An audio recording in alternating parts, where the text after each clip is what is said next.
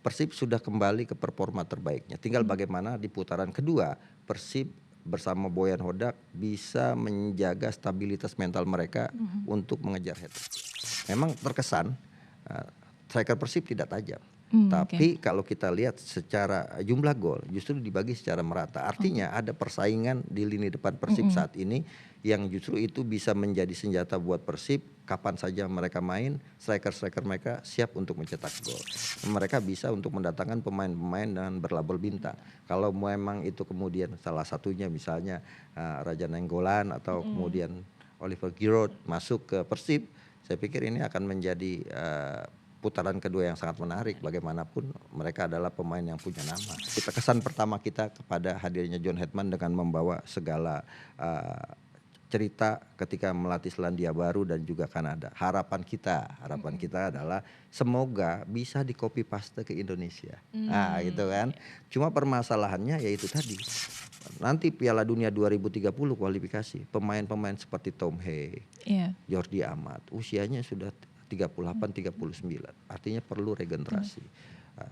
Nah, mau sampai kapan misalnya proses naturalisasi kita lakukan saat ini gitu. Walaupun John Hetman sudah mengatakan saya masih butuh pemain naturalisasi yang grade-nya grade A. Apakah grade A itu bisa kita dapatkan? Itu yang pertama. Yang kedua kompetisi. Nah, kompetisi ini saya tuh lagi khawatir dan ketar-ketir dengan 11 pemain asing nasib kita akan sama seperti Arab Saudi.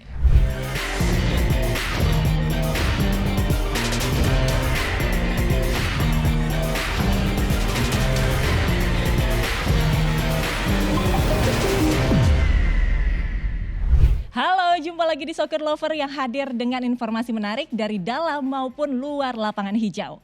Kali ini kita bakal membahas persaingan di paruh musim BRI Super League yang kian memanas. Tak hanya di papan atas tapi juga di zona merahnya nih Soccer People. Untuk mengulas lebih jauh kita sudah bersama pengamat sepak bola Bung Akmal Marhali. Halo, selamat siang menuju sore Bung Akmal, apa kabar? Kabar baik, alhamdulillah. Salam sepak bola. Salam sepak bola. Oke, langsung aja nih kita membahas BRI Super League yang makin memanas, Bung ya. Di paruh musim, BRI Super League memunculkan Persib Bandung sebagai tim teratas di puncak klasemen saat ini, Bung. Nah, Maung Bandung juga unggul tipis atas para pesaingnya nih sejauh ini ya. Nah, gimana nih Bung Akmal melihatnya performa Persib sejauh ini? Ya, ini dejavu dari musim lalu gitu. Persib di awal musim tampil tidak begitu bagus, bahkan sempat kalah 1-2 dari Persijap Jepara yang sekarang berada di papan bawah. Tapi ketika di awal musim memang problemnya besar di Persib karena hampir 98% pemain Persib yang lama itu diganti dengan pemain baru gitu kan. Sehingga Boyan Hodak butuh adaptasi dan para pemain butuh menyamakan visi dan juga chemistry satu sama lain. Sehingga perjalanan Persib tidak begitu menjanjikan di awal-awal musim ya sampai pekan ketiga, dan itu sama dengan musim lalu. Termasuk diantaranya adalah ketika Persib mengambil alih puncak klasemen putaran pertama juga sama dengan musim lalu. Musim lalu sampai pekan ke-16 puncak klasemen masih dipegang oleh Persebaya. Nah, kemudian Persebaya kalah dari Bali United dan pada akhirnya Persib yang naik ke puncak klasemen. Nah, sekarang problemnya juga sama kan. Yang menarik, Borneo FC itu 11 laga tidak terkalahkan sampai kemudian kalah dari Bali United dan pada akhir putaran pertama kalah dari Persita Tangerang sehingga posisinya diambil alih oleh Persib Bandung. Jadi Persib ini mengulang apa yang terjadi di musim lalu dengan karakter kuatnya ada di pelatih ya Boyan Hodak. Nah kita lanjutin di bawah nahkoda Boyan Hodak ini Persib kan bermain secara pragmatis, Bung. Nah nggak perlu main cantik tapi yang penting menang nih kayak kuncinya nih. Nah hal ini juga terlihat dari kemarin lawan Persija ya yang rivalitasnya udah tahu semua lah ya nih. Gimana nih dengan Persija yang mainnya dominan tapi justru takluk. Apakah skema bermain Boyan Hodak ini efektif untuk membuat Persib menjadi juara liga lagi? Ya, sepak bola modern mengenal sepak bola resultan.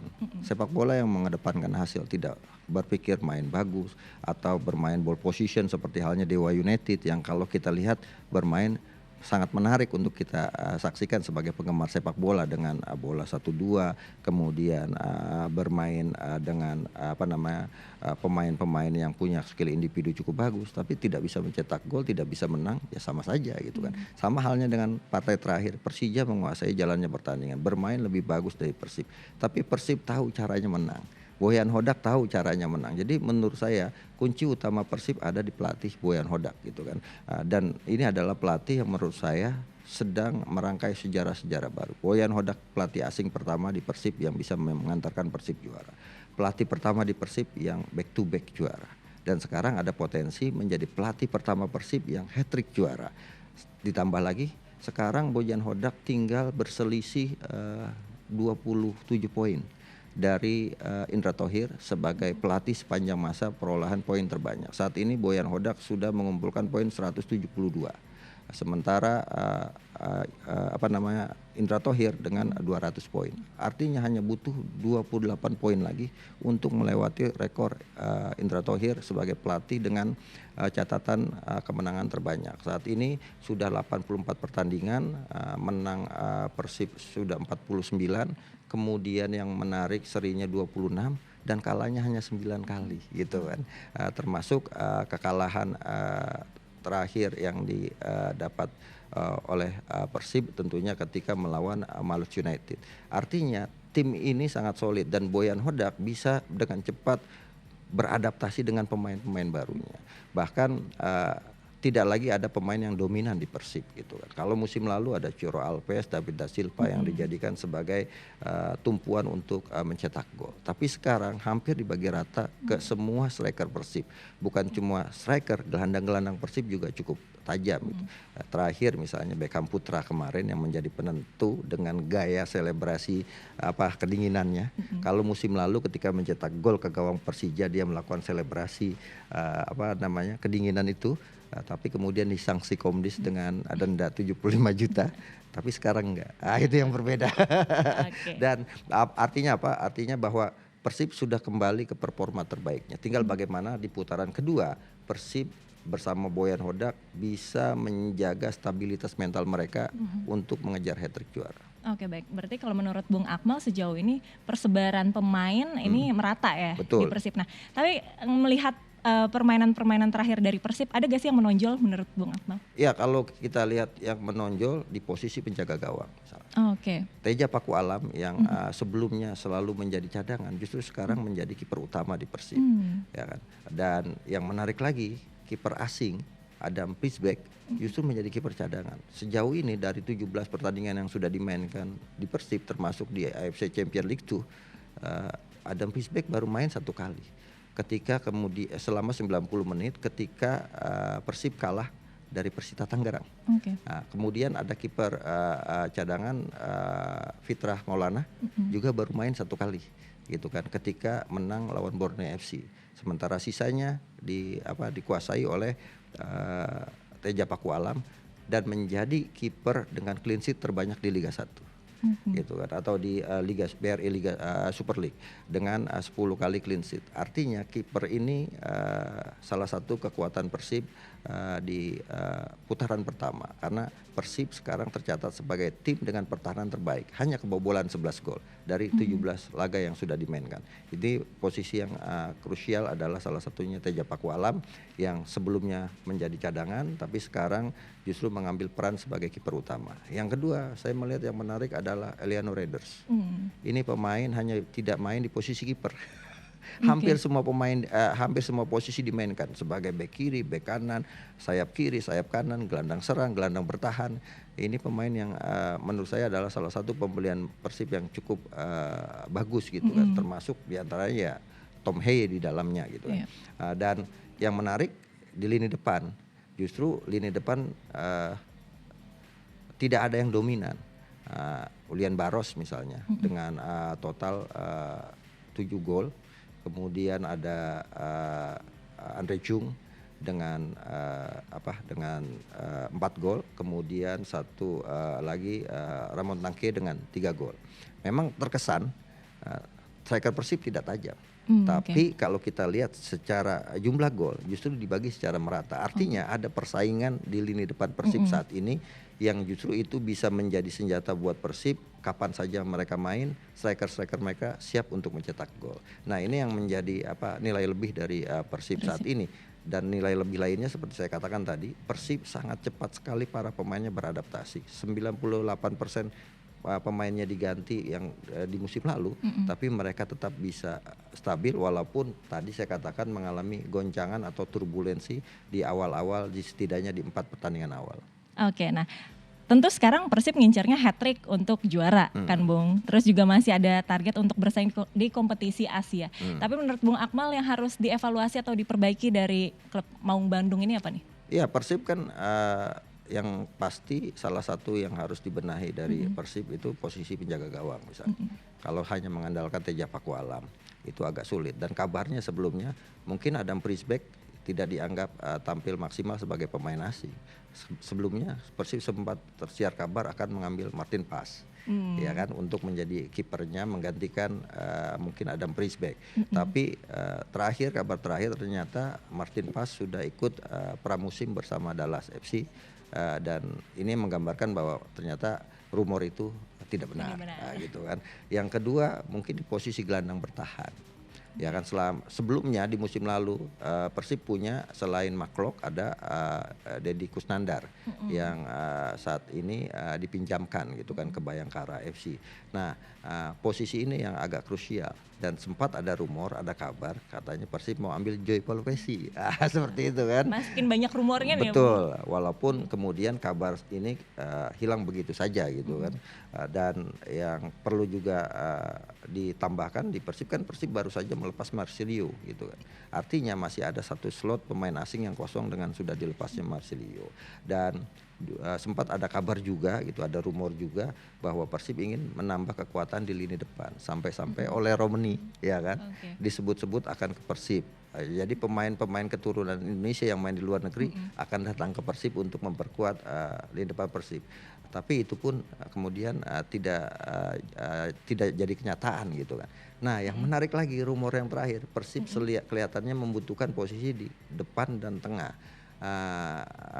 Dan yang rumor-rumor yang beredar sekarang setelah Joy Polvesi hilang, oleh Romani hilang, kemudian juga Martin Pas hilang gitu kan.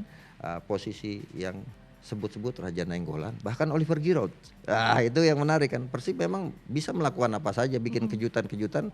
Mereka bisa untuk mendatangkan pemain-pemain dengan berlabel bintang. Kalau memang itu kemudian salah satunya misalnya Raja Nainggolan atau kemudian Oliver Giroud masuk ke Persib, saya pikir ini akan menjadi putaran kedua yang sangat menarik. Bagaimanapun mereka adalah pemain yang punya nama. Dan satu hal lagi yang kemudian menjadi problem Persib adalah di lini belakang menurut saya. Dengan rumor bahwa Berba itu akan hengkang karena kabarnya homesick ya kan. Sempat ramai itu di media sosial katanya mau pulang ke Italia, kembali ke Italia karena anak dan istrinya tidak begitu betah tinggal di Indonesia dan alasannya ingin kembali ke Italia. Padahal di situ ada kontrak 2 tahun bersama Persib Bandung. Itu yang sempat kemudian para bobotoh sangat kecewa dengan apa yang dilakukan oleh Berba, dianggap tidak profesional lah. Bahkan apa yang tidak diberikan oleh Persib untuk Berba, lagu dari bobotoh diberikan, kemudian ban kapten diberikan, tapi kemudian dijawab dengan alasan bahwa dia harus kembali ke Italia. Karena nah ini salah gitu ya karena kangen. Nah ini problem yang kecil kelihatannya, tapi bisa mempengaruhi juga penampilan Persib ke depan. Artinya apa? Persib butuh tambahan pemain belakang. Dengar-dengar katanya Alberto Rodriguez backnya musim lalu ada potensi untuk bergabung. Bahkan Erik Ekstal pemain tim nasional Malaysia dirumorkan juga sedang didekati, termasuk ada beberapa pemain dari Liga Siprus dan ada pemain Brasil juga didekati. Tapi ini masih sebatas rumor, belum ada yang tanda tangan kontrak atau kemudian dipublikasikan oleh manajemen Persib. Jadi bursa transfer yang dibuka sejak 10 Januari ini menjadi hal yang paling enak untuk kita simak, siapa datang siapa pergi. Karena dengar-dengar Persib juga akan melepas Febri Haryadi untuk mendapatkan jam terbang lebih banyak. Begitu juga Alprianda Dewangga yang dihadirkan di musim ini, tapi penampilannya dan posisinya tidak begitu maksimal, sehingga kemungkinan katanya akan dipinjamkan ke Bali United. Artinya ketika Persib melepas pemain, dia juga harus mendatangkan pemain baru. Nah ini yang kemudian apakah Bojan Hodak bisa menyempurnakan puzzle yang ada saat ini untuk lebih sempurna. Nah, tantangannya ada di bursa transfer yang sudah dibuka di 10 Januari ini. Oke, baik. Nah, kalau tadi kita ngomongin soal Persib, sekarang kita ngomongin rivalitasnya nih Persija, Bung Akmal, ya kan, yang sejauh ini juga tampilnya apik ya selama BRI Super League paruh musim ini, dan permainan menyerang juga diperagakan, tapi sepertinya masih ada celah di permainan Macan Kemayoran ini, Bung. Misalnya saja pas lawan Persib kemarin ya, Maxwell dan Alano ditempel ketat, mereka jadi nggak bisa berbuat banyak. Apakah ini jadi pertanda Persija terlalu bergantung pada permainan individu? Iya, yang menarik Persija ini Brazil sentris. Ya kan, hampir semua pemain asingnya kecuali Rio Matsumura adalah pemain Brazil, termasuk pelatihnya gitu. Artinya untuk adaptasi pemain saya pikir tidak sulit di Persija dibanding dengan kemarin Persib bersama Boyan Hodak dengan pemain-pemain barunya. Namun Persija sebenarnya penampilannya sangat stabil gitu kan. Kalau kita lihat putaran pertama musim lalu dengan putaran pertama musim ini BRI Super League, Persija berada di posisi ketiga gitu kan. Sama-sama di posisi ketiga di akhir putaran pertama. Bahkan jumlah poinnya saat ini lebih bagus dibanding musim lalu. Artinya walaupun Persija kemarin kalah dari Persib 1-0, ini juga bukan kemudian menutup peluang Persija untuk bisa bersaing dengan Persib menjadi juara. Kenapa? Yang perlu kita pahami bahwa regulasi BRI Super League adalah head to head. Artinya kalau musim ini putaran pertama Persija kalah 0-1 walaupun menguasai jalan pertandingan, tapi kemudian dikalahkan dengan gol luar biasa dari Beckham Putra, putaran kedua Persija masih punya kesempatan untuk membalas kekalahan 0-1. Andaikan misalnya Persija menang dengan selisih lebih dari 1 gol, sementara di akhir musim punya poin sama dengan Persib, maka yang jadi juara Persija. Artinya apa? Artinya Persib juga masih harus hati-hati, bukan kemudian sudah merasa juara, sudah merasa bangga dengan mengalahkan Persija dalam El Clasico gitu. Oke, nah tapi kalau menurut Bung Akmal, Persija Jakarta perlu menambah pemain gak nih? Pak, kira-kira di posisi apa untuk merebut juara? Iya, ini yang menarik juga dari Persija gitu kan. Dirumorkan juga akan mendatangkan pemain-pemain dengan nama besar gitu. Dan kalau kemarin misalnya Persib dirumorkan Joy Polupesi, kemudian juga Martin Pas atau Ole Romani, Persija dirumorkan akan menghadirkan Ivar Jenner. Karena kebetulan Ivar Jenner ini kontraknya tidak diperpanjang dengan Utrecht di Belanda gitu. Ada peluang ke sana, disebut-sebut akan datangkan Ivar Jenner. Kemudian juga ada yang sempat sebut Joy Polupesi juga diminati oleh Persija Jakarta gitu kan, untuk mengisi posisi gelandang bertahan, termasuk diantaranya nama Fajar Fatur Rahman yang sudah dilepas oleh Borneo FC. Ini lagi bingung memilih antara main di Persib atau Persija, atau bahkan kemudian ditelikung oleh Dewa United. Fajar Fatur Rahman ini posisi bek kanan kan, padahal di Borneo FC adalah pemain inti, tapi dia memilih untuk mencari suasana baru. Salah satu aset besar di bursa transfer saat ini, salah satunya di pemain lokal adalah Fajar Fatur Rahman. Dan ada beberapa pemain Persija yang usia muda juga tampil cukup bagus. Ini yang sedikit membedakan ya di Persija dengan Persib. Persija punya pemain-pemain muda yang mendapatkan jam terbang dan juga tampil sangat luar biasa, walaupun ada beberapa pemain mudanya juga di putaran kedua dipinjamkan ke tim lain, misalnya Vigo Denis gitu. Tapi mereka punya Aditya Warman yang tampil cukup bagus, Doni Tripamungkas tampil cukup konsisten. Saya pikir walaupun berbeda 2 poin dari Persib di puncak klasemen, itu tidak menutup peluang Persija untuk jadi juara. Jadi saya ingin mengambil kesimpulan bahwa putaran kedua akan sangat menarik dan poros persaingan adalah Persija Persib. Apakah kemudian Persib bisa hat-trick juara? Karena sempat ketua The Jackmania bilang kalau back to back itu udah biasa. Kalau hat-trick baru luar biasa Persib. Nah, apakah Persija bisa menggagalkan Persib untuk menjadi hat-trick Hat-trick juara. Dua tim yang punya nama besar, punya pendukung fanatik. Tentunya ini persaingan yang akan membuat putaran kedua akan sangat seru sekali. Iya, dan poin ini masih balap-balapan juga ya Bung ya. Betul. Jangan lupa ada Borneo FC juga. Walaupun di awal musim tampil luar biasa, tapi setengah jalan ngos-ngosan gitu kan, sampai mengalami kekalahan di empat pertandingan, dan Borneo masih bisa juga untuk bangkit di putaran kedua, asalkan Borneo ini jangan terlalu Mariano Peralta sentris. Selama ini kan yang diandalkan sangat luar biasa Mariano Peralta gitu. Sehingga ketika Mariano Peralta tampil tidak luar biasa, maka Borneo kehilangan kesempatan untuk meraih kemenangan. Ditambah pastinya Borneo akan melakukan juga perubahan di komposisi pemain asing mereka yang dianggap tidak maksimal gitu kan. Ada beberapa, termasuk utamanya di lini depan. Dan ini akan persaingan menarik, termasuk Malut United. Jadi menurut saya persaingan juara selain Persija Persib ada Borneo FC dengan penentunya Malut United nanti. Wah, berarti Malut United nih sebenarnya bisa juga disebut penantang serius juga. Betul. Di antara Persija bahkan bisa disebut penakluk para pesaing tim yang berada di zona juara, mengalahkan Persib. Ya kan di putaran pertama, mengalahkan Borneo FC juga yang ada di peringkat kedua. Gitu. Artinya Malut United akan sangat berpeluang untuk menjadi penentu, walaupun peluang secara persentase juara kalau menurut prediksi saya masih itu jauh. Ada di posisi pertama Persib, kedua Persija, ketiga Borneo, keempat adalah Malut United. Oke. Nah, kalau tadi kita ngomongin yang ada di papan atas klasmen, Bung. Kita lihat yang di zona merah nih gimana nih Bung?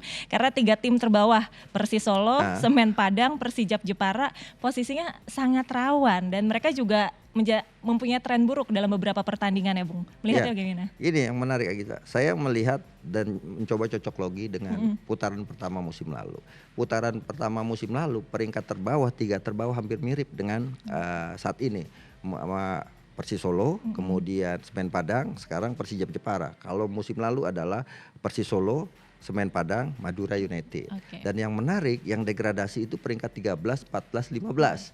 13-nya waktu itu PSIS, kemudian 14-nya PSS Sleman, posisi 15-nya itu adalah Barito Putra. Nah, apakah cocok logi ini akan cocok juga di musim ini, di mana peringkat 13 saat ini misalnya adalah ada PSBS Biak di sana, ada Persi Kediri peringkat 13, 14 Madura United, 15-nya PSBS Biak. Apakah cocok logi ini akan sama dengan musim lalu? Kalau bicara juara paruh musim sudah sangat cocok dengan musim lalu. Trennya, perjalanannya, kisahnya polanya gitu kan. Polanya hampir sama. Nah, ini yang sangat menarik. Apakah ini berlaku di mana Persis Solo dan Semen Padang yang ada di posisi bawah tahu-tahu bisa naik ke atas di putaran kedua, termasuk misalnya sekarang Persija dulu musim lalu Madura United di papan bawah tapi bisa selamat. Nah, ini artinya ada ancaman dari peringkat 13 itu mereka juga harus berbenah agar jangan sampai cocok logi musim lalu ini terjadi ke mereka, utamanya kepada 3 tim tadi, Persik Kediri, kemudian Madura United dan PSBS Biak. Oke, nah dari Liga kita beralih ke tim nasional deh Bung, yang masih hangat banget ya. PSSI baru saja juga meresmikan sosok John Hertman sebagai pelatih tim nasional yang baru. Bagaimana Anda melihatnya penunjukan Hertman sebagai nahkoda timnas? Ya, saya ucapkan selamat datang untuk John Hertman. Welcome to the jungle kalau menurut saya. Selamat datang di Indonesia. Selamat datang dengan supporter yang punya karakter luar biasa gitu kan. Dengan tantangan yang sangat luar biasa juga. Kalau bicara kurikulum kita, John Hertman itu sudah tidak diragukan gitu kan. Kurikulum kitanya atau riwayat hidupnya sangat bagus sekali ya. Membawa Selandia Baru, timnas putrinya berprestasi, membawa timnas putri Kanada dan berprestasi juga 2 kali meraih medali perunggu di Olimpiade. Kemudian lolos Piala Dunia, timnas putri Kanada, timnas putranya Kanada dibawa lolos ke Piala Dunia 2022 setelah penantian 36 tahun. 3 kali masuk nomine pelatih terbaik versi FIFA dengan label sebagai Doktor Honoris Causa Science Ya, ini kan gambaran yang sangat luar biasa, pelatih sepak bola tapi mendapatkan gelar honoris causa untuk bidang sains atau pendidikan. Artinya secara pendidikan, secara kurikulum vitae sangat menjanjikan. Datang dengan pembawaan yang sangat luar biasa, public speakingnya juga cukup luar biasa yang menghipnotis kita semua. Artinya itu gambaran luar ketika dia datang, dan juga apa istilahnya ya, ini kita kesan pertama kita kepada hadirnya John Hetman dengan membawa segala cerita ketika melatih Selandia Baru dan juga Kanada. Harapan kita adalah semoga bisa di copy paste ke Indonesia. Nah, gitu kan. Cuma permasalahannya yaitu tadi, kita juga tidak bisa berekspektasi terlalu tinggi kepada John Hetman. Nah, karena kurikulum vitae yang bagus juga belum bisa menjanjikan atau menentukan kita akan berprestasi. Saya ambil contoh beberapa pelatih yang punya kurikulum vitae bagus, misalnya Roberto Mancini hadir ke Arab Saudi dengan membawa label sebagai pelatih timnas Italia juara Piala Eropa, tapi gagal. Sebelumnya lagi Frank Rijkaard melatih Arab Saudi dengan label sebagai pelatih yang membawa sukses Barcelona, tidak sukses juga. Atau yang terdekat ke sini misalnya Erik ten Hag bersama Manchester United, sukses bersama Ajax, tapi sama Manchester United Amorim. Ya terakhir ya Xavi Alonso gitu kan, dengan sukses bersama Bayern Munchen, ternyata di Real Madrid juga tidak cocok ternyata. Nah, hal yang semacam ini yang juga kita harus pahami, bahwa faktor prestasi tidak hanya ditentukan oleh pelatih. Bagaimana pelatih bisa membangun chemistry, dan kalau bahasa saya yang sering dicaci maki orang, apakah pelatih ini punya hoki? Iya kan, punya takdir yang bagus, punya tangan yang bagus. Ada faktor lucknya. Ada faktor lucknya bersama Indonesia. Dan tantangannya itu itu ada di di Piala AFF nanti. Gitu. Nah, kalau ini yang sedikit membuat sama antara John Hetman dengan Sintayong, memulai dari tangga terbawah. Gitu. Beda dengan Patrick Kluivert. Patrick Kluivert datang dengan Indonesia sudah berada di round 3, akhir-akhir round 3, dan harus berjuang dengan tim-tim yang langganan Piala Dunia. Dan ini juga harusnya kita realistis, agak sulit karena kita lawan yang kita hadapi level-level dunia semua. Tapi John Hetman datang dengan pastinya cobaan pertama adalah FIFA Super Series nantinya. Itu kan sebagai fase di mana dia beradaptasi. Tapi langkah-langkah yang diambil saya pikir sangat luar biasa. Dia sudah berkomunikasi dengan kapten tim, dia sudah berkomunikasi beberapa pemain tim nasional, bahkan dia nanti akan tinggal di Indonesia, yang membedakan dengan Kluivert. Termasuk diantaranya dia akan melakukan assessment dengan pelatih-pelatih di Liga Super League, BRI Super League nanti gitu, untuk menyamakan visi dan misi, dan ini yang belum dilakukan. Jadi menurut saya John Hetman datang ke sini dengan gelar doktor honoris causanya bidang pendidikan, dia coba mengambil yang baik dari Sintayong dan juga yang baik dari Patrick Kluivert, dan membuang yang dianggap buruk dari Sintayong dan yang dianggap buruk dari Patrick Kluivert. Tinggal yaitu tadi, apakah kemudian dia punya chemistry. Karena menurut saya pelatih bagus Pep Guardiola misalnya juga dihadirkan di Indonesia, tidak juga akan bisa menjamin prestasi sepak bola kita. Kita harus realistis, ada 2 pondasi penting yang bisa membuat tim nasional sebuah negara kuat. Tim nasional yang kuat itu lahir dari pembinaan yang hebat dan kompetisi yang sehat. Ya, selama pembinaan kita masih belum TSM, terstruktur sistemik masif, maka masih ada yang bolong di sana. Bagaimana estafeta? Misalnya contoh, nanti Piala Dunia 2030 kualifikasi, pemain-pemain seperti Tom Hay, Jordi Amat, usianya sudah 38-39, artinya perlu regenerasi. Nah, mau sampai kapan misalnya proses naturalisasi kita lakukan saat ini gitu. Walaupun John Hetman sudah mengatakan saya masih butuh pemain naturalisasi yang grade-nya grade A. Apakah grade A itu bisa kita dapatkan? Itu yang pertama. Yang kedua, kompetisi. Nah, kompetisi ini saya tuh lagi khawatir dan ketar-ketir dengan 11 pemain asing, nasib kita akan sama seperti Arab Saudi, di mana potensi atau keran pemain asing dibuka segitu luas sehingga di lapangan ada 6 pemain, artinya ada 7 pemain, tersisa 4 pemain, itu pun sudah ada slot U23, hanya ada 3 pemain lokal ruangan di situ untuk berkembang. dan untuk bersaing dan mendapatkan jam terbang. Roberto Mancini dulu sempat mengeluhkan bagaimana saya bisa membawa Arab Saudi ini berprestasi kalau pemain tim nasionalnya semua cadangan di timnya. Oh gitu. Nah, artinya ini juga problem.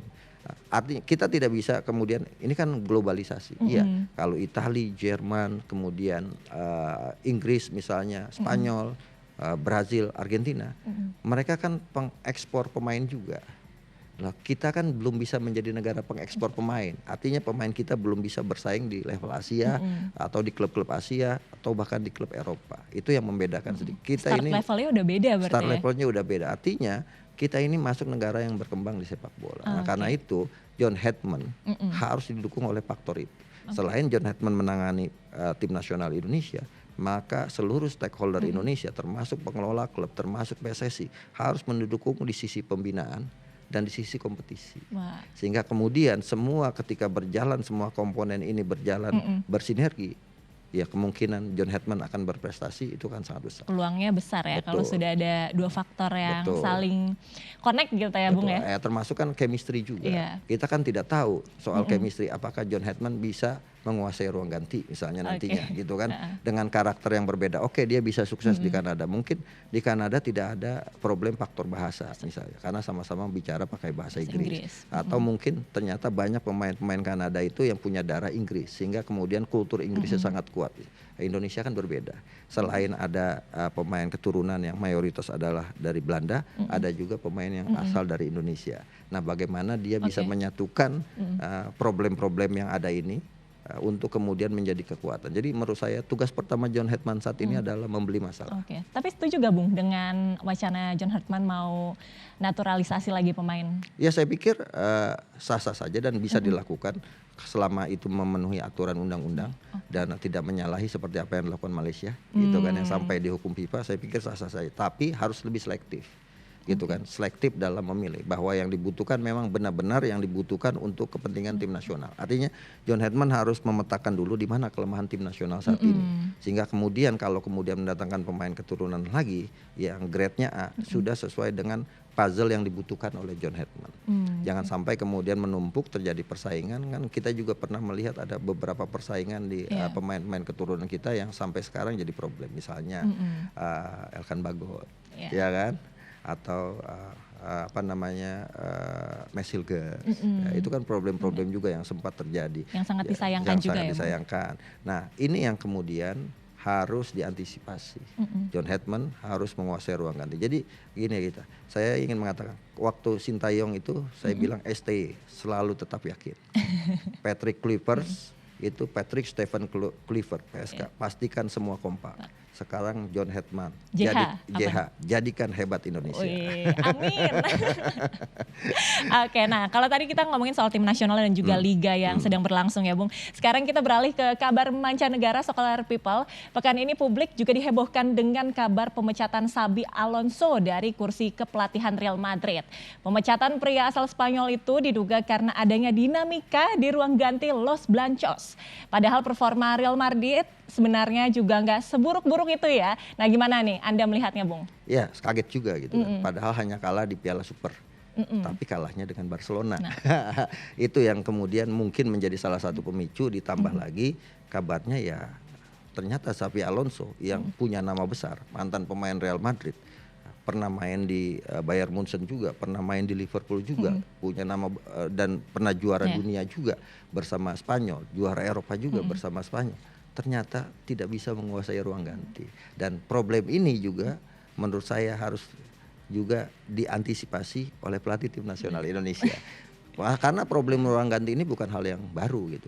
Di era sebelumnya bagaimana seorang Alex Ferguson ada problem ruang ganti dengan David Beckham sampai kemudian David Beckham pelipisnya robek karena kena sepatu gitu.